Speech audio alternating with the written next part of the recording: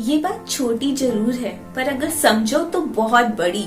कई बार हमारी सबसे बड़ी कमजोरी हमारी सबसे बड़ी ताकत बन जाती है। पर उसके लिए हमें सबसे पहले अपने सपने पर बिलीव होना चाहिए और उसके बाद एक अच्छा गुरु हमारे पास होना चाहिए जो हमारी कमजोरियों को ही हमारी ताकत बना दे। Hi friends, I am Divya और आप सभी का बहुत बहुत स्वागत है टारगेट 1 लाख चैनल के अंदर। ये कहानी एक ओकाया नाम के लड़के की है जो जापान में रहता था। बचपन से ही उसका जूडो सीखने का बहुत मन था, पर एक दुर्घटना में उसका बायां हाथ कट जाता है, जिसके कारण से उसके माता पिता उसे जूडो सीखने की अनुमति नहीं देते हैं। पर जैसे जैसे उसकी उम्र बढ़ती है, उसकी जिद और बढ़ती चली जाती है और आखिरकार उसके माँ बाप को हार माननी पड़ती है और उसे अनुमति देनी पड़ती है। तो वह उसे अपने घर के पास वाले शहर में एक बहुत अच्छे मार्शल आर्ट स्कूल के अंदर लेके जाते हैं। जब वह वहाँ पहुँचते हैं तो गुरुजी देखते हैं ओकाया को तो बायां हाथ है ही नहीं, तो वो उससे पूछते हैं तुम अन्य लड़कों का मुकाबला कैसे करोगे बिना हाथ के। तो ओकाया जवाब में कहता है, गुरुजी, मुझे सिखाने का काम आपका है। मुझे तो बस इतना पता है कि एक दिन मैं इन सब लड़कों को हरा कर मास्टर बनना चाहता हूँ। गुरुजी उसकी दृढ़ इच्छा शक्ति को देखकर प्रसन्न होते हैं और उसे सिखाने के लिए तैयार हो जाते हैं। पर वो कहते हैं, मेरी एक शर्त है, मैं तुम्हें जो भी जैसे भी कहूंगा तुम्हें वो करना होगा और मुझ पर पूरा विश्वास रखना होगा। ओकाया गुरुजी की बात में हामी भरते हुए सर झुका लेता है। अब गुरुजी 50 विद्यार्थियों के साथ कक्षा को शुरू करते हैं। ओकाया भी अन्य लड़कों के साथ वहाँ सीख रहा होता है, पर कुछ दिनों बाद वो देखता है गुरुजी अन्य लड़कों को अलग अलग दाव पेच सिखा रहे हैं, पर वो अभी भी उसी किक की प्रैक्टिस कर रहा है जो उसने शुरुआत में सीखी थी।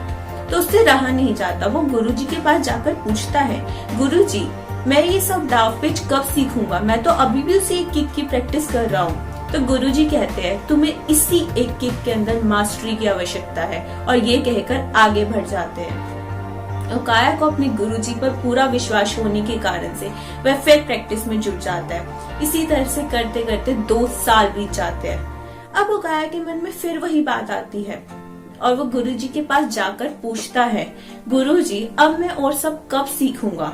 तो गुरुजी कहते हैं, मुझ पर विश्वास है तो बस यही करते रहो। ओकाया को अपने गुरुजी पर पूरा विश्वास होने के कारण वो फिर प्रैक्टिस में जुट जाता है और मन लगाकर प्रैक्टिस करता चला जाता है। इसी तरह समय बीतता जाता है और पूरे 6 साल और बीत जाते हैं। अब सभी विद्यार्थियों को गुरुकुल में 8 साल पूरे हो जाते हैं। तो एक दिन गुरुजी सबको बुलाते हैं और कहते हैं, मुझे आप सबको जो सिखाना था मैं सिखा दिया। अब गुरुकुल की परंपरा के अनुसार एक प्रतियोगिता होगी जिसमें जीतने वाले को मास्टर की उपाधि से सम्मानित करा जाएगा। प्रतियोगिता का दिन आता है। गुरुजी ओकाया को मैच खेलने के लिए बुलाते हैं। ओकाया अपना पहला और दूसरा मैच बड़ी आसानी से जीत जाता है और उसे विश्वास ही नहीं आ रहा होता कि वो कैसे जीत गया। अब तीसरा मैच शुरू होता है। दोनों खिलाड़ी संघर्ष कर रहे होते हैं, पर उसी बीच विरोधी खिलाड़ी कुछ क्षणों के लिए ओकाया के ऊपर से अपना ध्यान हटा लेता है। मानो ओकाया को तो उसी एक पल का इंतजार था। बस वो फटाफट से अपनी किक उस पर जमा देता है और मैच को अपने नाम कर लेता है। पर ओकाया को यकीन ही नहीं हो रहा था कि वो मैच कैसे जीत गया। अब वो फाइनल में अपनी पोजीशन बना चुका था। इस बार जो खिलाड़ी उसके विरोध खड़ा होने वाला था वो अधिक अनुभवी और ताकतवर था। सबको यही लग रहा था ओकाया उसके सामने बिल्कुल नहीं टिक पाएगा, और ऐसा हुआ भी। मैच शुरू होता है। विरोधी खिलाड़ी ओकाया पर बहुत भारी पड़ रहा होता है। तो रेफरी मैच को बीच में रोकते हुए कहता है कि विरोधी खिलाड़ी को विजेता घोषित कर दिया जाए क्या? तो गुरुजी कहते हैं, नहीं, मैच पूरा होगा।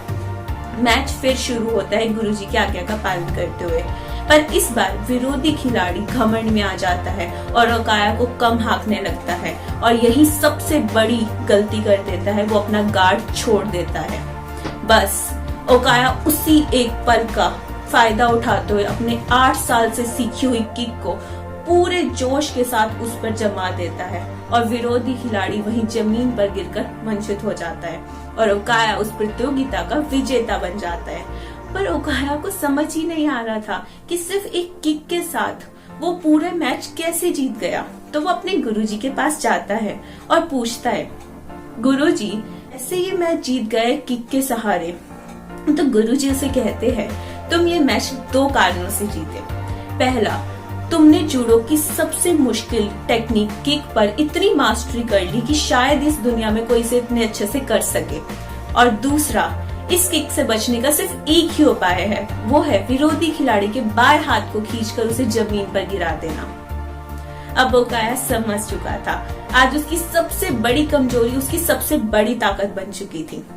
सो फ्रेंड्स, अब आप समझ गए होंगे, अगर आपका सपना मजबूत है और आप अपने सपने को पूरा करना चाहते हो तो आपकी जिंदगी में कोई ना कोई गुरु या कोई ना कोई सोर्स ऐसा जरूर आएगा जो आपकी कमजोरियों को या आपकी सबसे बड़ी ताकत बना देगा। पर वो सिर्फ जब पॉसिबल है, जब आप अपने सपने के लिए सच में सच्चे दिल से उसे चाहते हैं और उसे पूरा करने के लिए मेहनत करने को तैयार होते हैं। और टारगेट 1 लाख का भी ये थोड़ा सा टारगेट है कि हम आपकी पूरी कोशिश करें कि आपकी कमजोरियों को आपकी ताकत बना सके। सो अगर आपको किसी भी कंटेंट के ऊपर कोई भी वीडियो चाहिए तो आप प्लीज हमें कमेंट सेक्शन में मेंशन जरूर कर सकते हैं। तो अब आप इस स्टोरी के मॉरल को समझ ही गए होंगे, ये हमारी सीक्रेट ऑफ सक्सेस सीरीज का 3rd स्टोरी थी। अगर आपको ये पसंद आए तो लाइक, कमेंट एंड शेयर करना बिल्कुल भी मत भूलना। और अब लास्ट में एक ही चीज, stay healthy, happy and always keep smiling.